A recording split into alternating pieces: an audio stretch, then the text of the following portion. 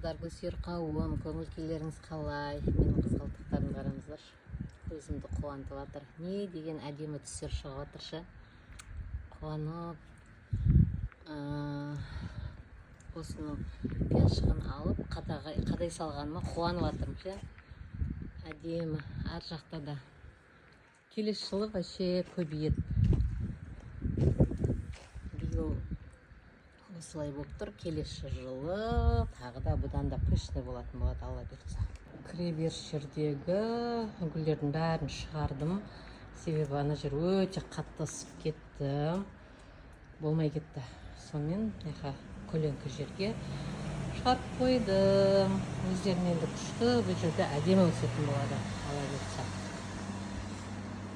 Не деген әдемі болып көзді қуантып тұр.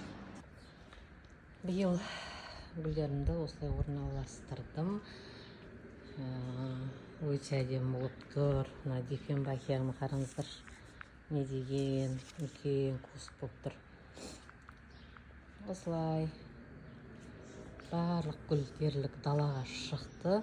Енді біраз пересадкаларым аз қалды, шамалы қалды.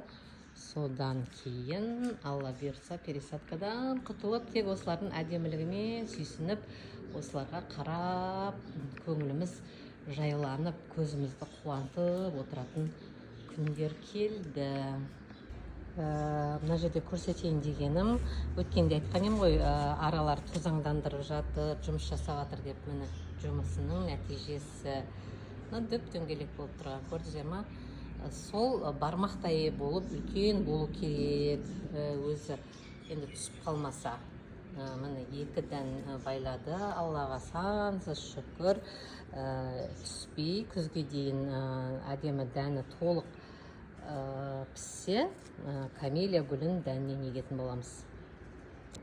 Ауладағы жұмыстарым шамалап бітті.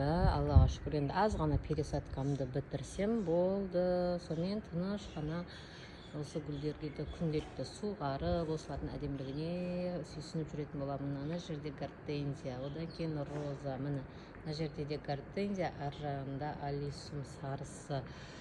Мына жерде де әдемі гортензия оянды. Аллаға шүкір. Осылай огородтың жұмыстары бітейін деп қалды шамалап. Аулада жерлердің бәрін көктемгі жұмыстар өте көп қой. Зорға дегенде біттірдім. Мына жердің бәрі аударылды да. Бұл жерлердің бәріне зелендер ектім. Салатный лист, руккола егілді, укроп. Солардың бәріне егіп. Міне бізде Шымкентте жаңбыр вообще жоқ. Ар күттім, бер күттім, болмады.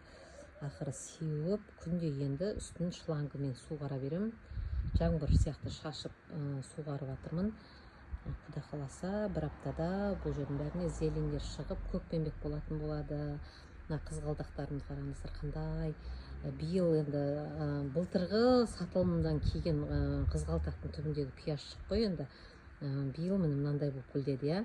Келесі жылы уже жандарынан тағы да көбейіп, толық әдемі, полноценный әдемі қызғалдақтар шығатын болады, алла бұйыртса. Негізі қайым екен бер жүрген болатын. Қанша уақыт әр жерде тұрды. Әйтеуір үйдің тірлігі бітпейді. Қадауға ерініп жүрдім. Көктем осы февральдың ішінде әйтеуір бір күнді арнап тыға салған ғой. Қараңыздар қазір қандай болып тұр енді.